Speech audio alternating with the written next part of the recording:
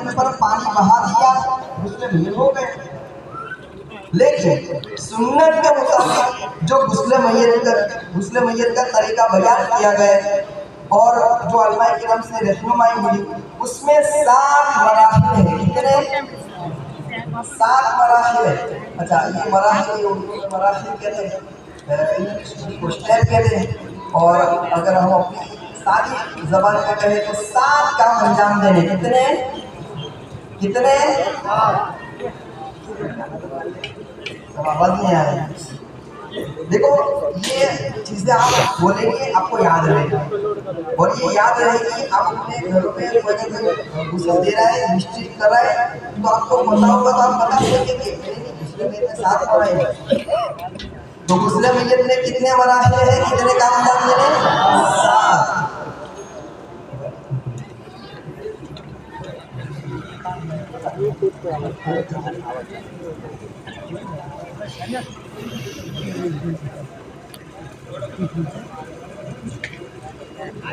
मेरे सारे भाइयों, अभी ये थोड़ा आपको अजीब लग रहा होगा, अरे यार सबके सामने एक लड़के को लेटा भी दिया, थोड़ा हंसी भी आ रही है।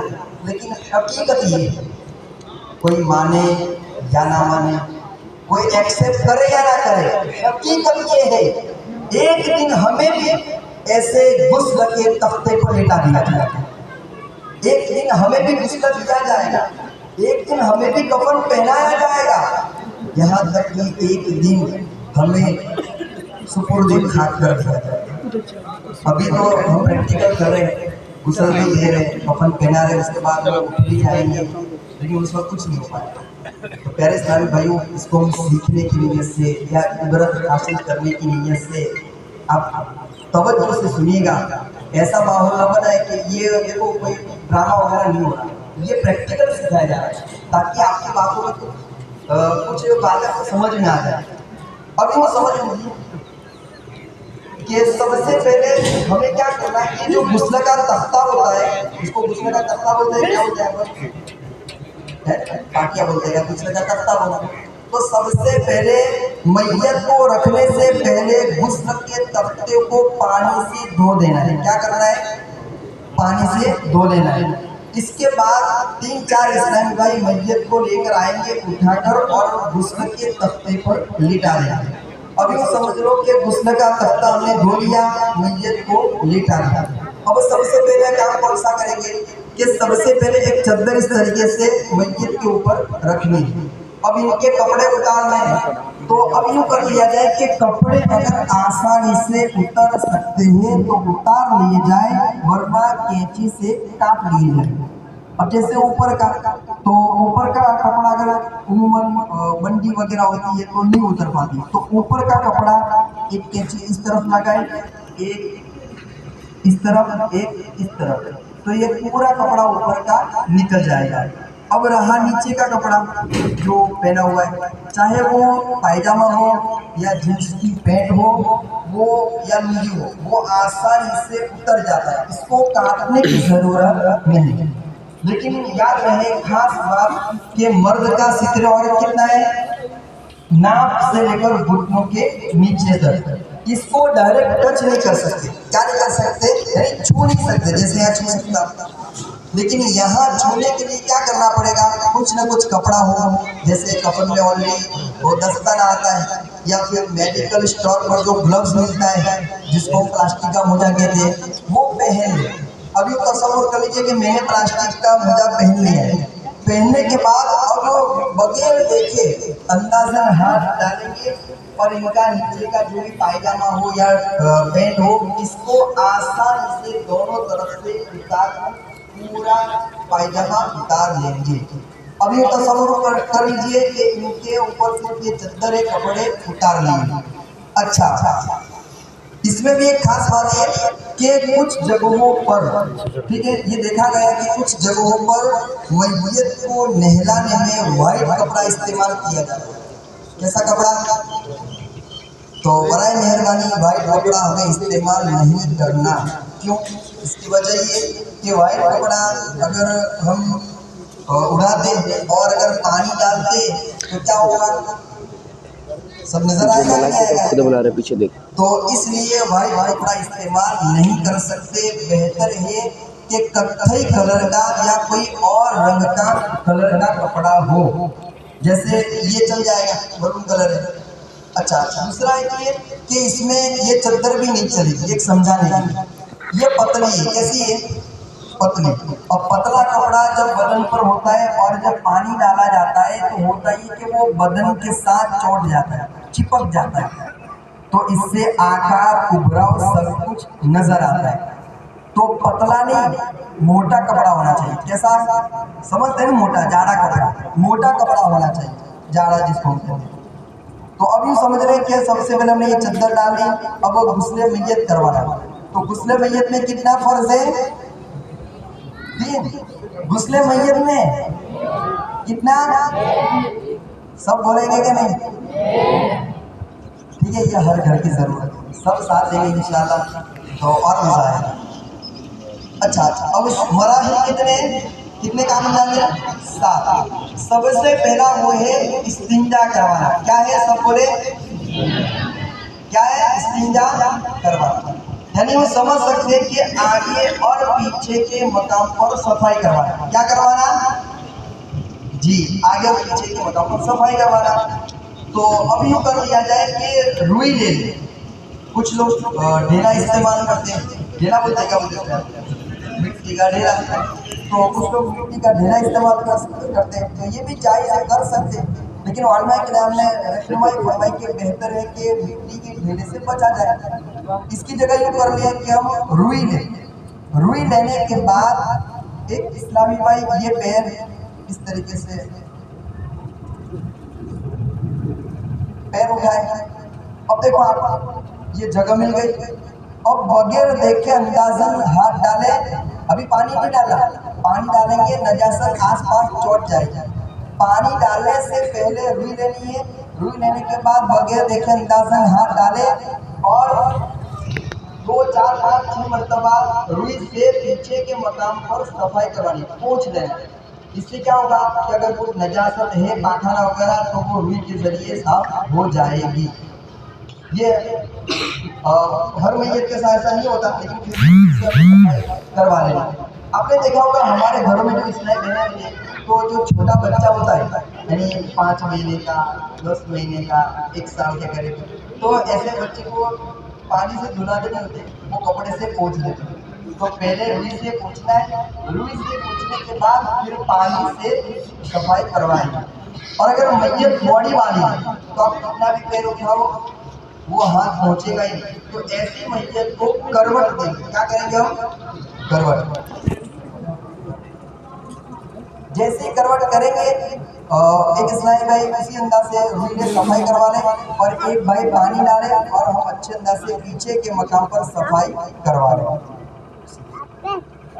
अब ये होगा पीछे का काम, पहला ही चल रहा है।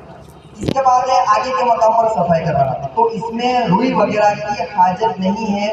एक भाई इसको उठा के पानी डालेंगे और दूसरे इस्लामी भाई वहाँ उस जगह को अच्छे अंदाज से सफाई करवाएंगे। तो ये पहला काम हो गया, आगे और पीछे के मकाम पर सफाई करवाना। क्या हो गया? इसको कहते हैं इस्तिंजा करवाना। क्या कहते हैं? इस्तिंजा करवाना, आगे और पीछे के मकाम पर सफाई करवाना। दूसरा काम कौन सा है? वो है वुजू करवाना। क्या करवाना? सब बोले क्या करवाना? वुजू करवाना। हाँ, लेकिन मैयत के वुजू में 3 चीजें नहीं है। नंबर 1, गट्टों तक हाथ धोना। कहाँ तक? हाथ नहीं धोने, कुल्ली नहीं करवानी, नाक में पानी नहीं चढ़ाना। वुजू में जो 4 फर्ज है वही अदा करवाने हैं। लेकिन कुल्ली की जगह ये कर सकते कि अगर रुई हो तो उसको पानी में भिगोकर, या फिर अगर कोई कपड़ा हो जैसे रुमाल वगैरह, छोटा सा हाथ रुमाल, उसको भिगोकर होठों पर हाथ फेर सकते हैं। ठीक है, इस तरीके से इस अंदाज से। लेकिन ये हर मैयत के साथ जरूरी नहीं। कभी कभी ऐसा होता है कि मौत की सख्ती की वजह से ये होठ बंद जाता है। अब कुछ लोग ऐसे होते हैं खोल कर करते हैं, तो ये गलत तरीका है। यानी मैयत के साथ आसानी, अगर खुल सकता है तो कोई बात नहीं, खोले और उसमें सफाई करवा लें। लेकिन हमें हर उस काम से बचना है जिससे मैयत को तकलीफ होती हो। तो इसी तरीके से रुई की फिरोरी बनाकर नाक की सफाई करवाना है। अब आ जाए वुजू में जो 4 फर्ज है वो अदा करवाने। पहला कौन सा है? चेहरा धोना। ठीक है, अब एक इस्लामी भाई इनका चेहरा धुलवाएंगे। अच्छा, इसमें यूं भी कर सकते हैं कि अगर मुंह खुला रह गया तो उसमें रुई रख ले, नाक में भी रुई रख ले ताकि पानी अंदर ना पहुंचे। और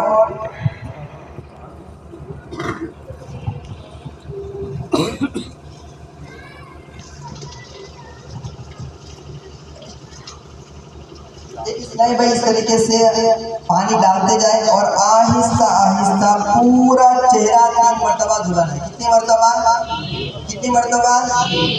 इसी तरीके से अब सीधा हाथ, अब ये सीधा हाथ 3 मरतबा कोहनियों समेत धुलाना। काली टोपी पहने हैं, मेरे इसी पापा की तरीके तरह लग से रहे हैं। उल्टा हाथ 3 मरतबा धुलाना है। मेरे पापा की तरह लग रहे हैं वो, देख जो काली टोपी पहने उधर।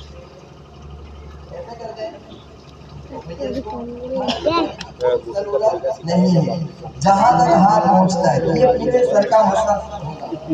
ठीक है, इस तरीके से ये पूरे सर का मसला हो गया। अब चौथा जो काम है वो है सीधा और उल्टा पैर धुलाना। ठीक है, सीधा पैर 3 मरतबा धुलाएंगे, उल्टा पैर 3 मरतबा धुलाएंगे। कितने काम हमारे मुकम्मल हुए? पहला इस्तिंजा करवाना, दूसरा वुजू करवाना, तीसरा दाढ़ी और सर के बाल धोना। क्या करना? भाई नहीं नचा, आते हैं जल्दी से। अब सर के बाल धुलाएंगे, दाढ़ी के बाल धुलाएंगे। कितने काम हो गए हमारे? चौथा काम है सीधी करवट पर पानी बहाना। क्या करना? सीधी करवट पर। ये कैसे होगा? ये मैयत को उल्टी करवट पर लेटाएंगे तो सीधी ऊपर की जानिब आ जाएगा। अब जैसे ही सीधी करवट करेंगे, यहाँ 2 स्लैबे पकड़ेंगे और एक स्लैबे पानी डालेंगे। तो ये पूरी करवट पर पानी बहाना है। हाथ बचा सकते, बगल के नीचे, पीछे की जानिब, आगे की जानिब। कहने का मतलब ये, समझाने का मतलब ये कि ये पूरी सीधी करवट पर पानी बहाना। क्या करना? इसी तरीके से उल्टी करवट पर पानी बहाना। इसमें भी इसी अंदाज से हाथ जा करके बगल के नीचे, पीछे की जानिब, आगे की जानिब, पूरी उल्टी करवट पर पानी बहाना। क्या करना? जी, पहला कौन सा था अपन बताइए? इस्तिंजा करवाना। दूसरा, तीसरा, चौथा सीधी करवट पर पानी बहाना, पांचवा उल्टी करवट पर पानी बहाना, और छठा ये है दोबारा इस्तिंजा करवाना। क्या कहते हैं इसको? दोबारा इस्तिंजा करवाना। ये कैसे होगा? ये मैयत को थोड़ा सा ऐसा बिठाएंगे और नॉर्मल हाथ घुमाएंगे, बस ये हो गया। अब सवाल पैदा हुआ नजासत निकली तो पानी डाले, दोबारा वुजू गुस्ल की हाजत नहीं है, नजासत देगी, काम हो गया। तो छठा कौन सा हो गया? दोबारा वुजू इस्तिंजा करवाना। क्या कहते हैं इसको? दोबारा इस्तिंजा करवाना। लेकिन ये हर मैयत के साथ नहीं होगा। कैसे? अब जैसे कोई एक्सीडेंट में पोस्टमार्टम हुआ, अब अच्छा ये क्यों दिया जाता है? यहाँ एक नजासत की नली है, अब वो जैसे ही उठाएंगे, पुश करेंगे, यहाँ पर नजासत रह गई हो तो वो निकल जाए, मकसद ही है। लेकिन पोस्टमार्टम करते वक्त होता ये कि ये जो नली है वो कट जाए और सब में नीचे वो टाँकी होते। अब होगा ये कि आप दोबारा इस्तिंजा करवाएंगे तो तकलीफ तो होगी प्लस खून निकलना है। तो इसीलिए ऐसी जो मैयत हो, जैसे एक्सीडेंट वाली और पोस्टमार्टम वाली, तो ऐसी मैयत को ये छठा काम हमें नहीं करवाना है। ठीक है, जो नॉर्मल बीमार था घर में और इंतकाल हो गया, तो ऐसी मैयत को दोबारा इस्तिंजा करवाएंगे। कितने काम हो गए हमारे? पहला कौन सा था? दूसरा, तीसरा, चौथा सीधी करो पर पानी बहाना, पांचवा उल्टी करो पर, छठा दोबारा इस्तिंजा करो, और आखिरी का कपूर, इसको क्या बोलते हैं यहाँ पर? कपूर बोलते हैं ना, काफूर। वो काफूर को पाउडर की तरह कर लेना और एक जग पानी में या आधी बाल्टी पानी में वो काफूर उसको मिला देना, और वो काफूर वाला जो पानी है वो सर से लेकर पैर तक पूरे जिस्म पर बहाना। तो ये 7 काम करेंगे, अल्हम्दुलिल्लाह हमारा सुन्नत के मुताबिक गुस्ले मैयत हो जाएगा। इतना आसान है। हमने क्या है, इसको बहुत हार्ड बना के रखा। जैसे ही नाम आता है गुस्ले मैयत, अल्लाह हजरत गुस्ले मैयत नहीं आता तो हमारे इमाम साहब है ना, मोहसिन साहब, वो गुस्ले मैयत देते तो मुझे डर लगती वो। जी जी, आज हालत ये है कि बाप का इंतकाल हो गया है, सगे बेटे को गुस्ले मैयत देना नहीं आता। जी, ये फर्ज किफाया है, हर घर की जरूरत है। वो बाप जो हमारे लिए उसने क्या कुछ नहीं किया, कहाँ कहाँ कमाने गया, हमें किस अंदाज से बड़ा किया, तरबियत की, हमें पाला पोसा, आज उस बाप का इंतकाल हो गया और बेटे की यह हालत है कि उसको गुस्ले मैयत देना नहीं आता। अल्लाह, तो प्यारे साहब इसको हमें सीखना चाहिए। हम क्या करते हैं, मैदान में उतरने से पहले अरे यार गुस्ले मैयत नहीं आता। तो प्यारे साहब भाइयों, गुस्ले मैयत देना बहुत आसान काम है। एक फर्ज है, 7 मराहिल है सुन्नत के मुताबिक, इस अंदाज से देंगे तो गुस्ले मैयत हो जाएगा। अच्छा, कुछ जगहों पर ऐसा होता है कि हर काम के लिए हजरत तैयार है, आप बोलो ना नियाज करवाने इंशाल्लाह 2 डेग मेरी तरफ से, किसी हजरत को रखने जाना है मैं हाजिर हूँ, हर काम के लिए तैयार, लेकिन गुस्ले मैयत में पीछे हट जाता है, डर लगता है। अल्लाह, और इस काम को इतना बुरा समझा जाता है, क्या कहूँ जी, इस काम को बुरा भी समझा जाता है, हालांकि इस काम की फजीलत इतनी है, सवाब वाला काम है, लेकिन हमने इस काम को समझा नहीं। आइए हदीस से पाक सुनाता हूँ। फरमान मुस्तफ़ा सल्लल्लाहु अलैहि वसल्लम, जिसने मैयत को गुस्ल दिया, कफन पहनाया, खुशबू लगाई, नमाज़े जनाजा पढ़ी, वो गुनाहों से ऐसे पाक हो जाता है जैसे पैदाइश के दिन था। कितने बड़े सवाब का काम है, लेकिन आज हम इस सवाब कमाने से महरूम रह जाते हैं, इस काम को अच्छा नहीं जाना जाता। जी जी, मैं एक जगह पर एक सिटी में गुस्ले मैयत देने के लिए गया, और मैं इंशाअल्लाह तवज्जो फरमाए और रहनुमाई भी फरमाएंगे। एक जगह गुस्ले मैयत के लिए गया, हुआ ये कि गुस्ले मैयत किया, इसके बाद जो ऐसी चद्दर थी इसको हमने निकाला और दूसरी चद्दर कफन पहनाने के लिए जब इस्तेमाल की गई तो मैंने अर्जी किया कि आप इसको धोकर इस्तेमाल कर सकते हैं, यानी मैयत के जो कपड़े होते हैं, जो चद्दर है, इसको आप धोकर इस्तेमाल कर सकते हैं। तो वहाँ जो एक शख्स खड़े थे, इन्होंने बोला नहीं हजरत मैयत वाले फेंक दो चलेगा, हम नहीं ले लेंगे। अच्छा, मैंने एक सवाल किया, आपकी क्या लगते हैं? चचा। अच्छा, जब तक चचा जिंदा थे उनके पास उठे बैठे खाया पिया हर इस्तेमाल चीज की, और मरने के बाद ये चचा के अंदर से क्या पता गई, क्या क्या इनकी जो नहलाने में यूज की गई चद्दर इस्तेमाल करने से डरते हो? मैंने सवाल किया, चचा का घर? हाँ मौलाना साहब, वो फला जगह में 2 माल का घर है। मैंने उनका एक मशवरा दिया, अच्छा 2 माल का घर है, अरे यार उसमें मैयत रखी हो, वो घर को फेंक दो। अरे मौलाना साहब कैसी बात करते हो? क्यों भाई, आपके कारण के बता नहीं समझ सकते हैं कि जिस चद्दर में मैयत को नहलाया 1 घंटा इस्तेमाल की, इसको आप फेंक दोगे? तो यही मैयत को घर में रखा, घर फेंक दो ना? नहीं, घर नहीं फेंकते। मैयत के हाथ में जो अंगूठी वो नहीं फेंके, वो जो बाइक चलाता वो नहीं फेंके, वो जो गाड़ी इस्तेमाल करता है नहीं, वो तो गलत लड़की के हाथ में आती है। ये आज हमारा सोच बन गई। अरे इस्लामी भाइयों, ये तमाम चीज़ें इस्तेमाल कर सकते, इसको फेंकने की हाजत नहीं है, और इस काम को आज अच्छा नहीं जाता, तो इसकी बड़ी फजीलत है, सवाब का काम है, ज़रूर इस काम में हिस्सा लीजिए।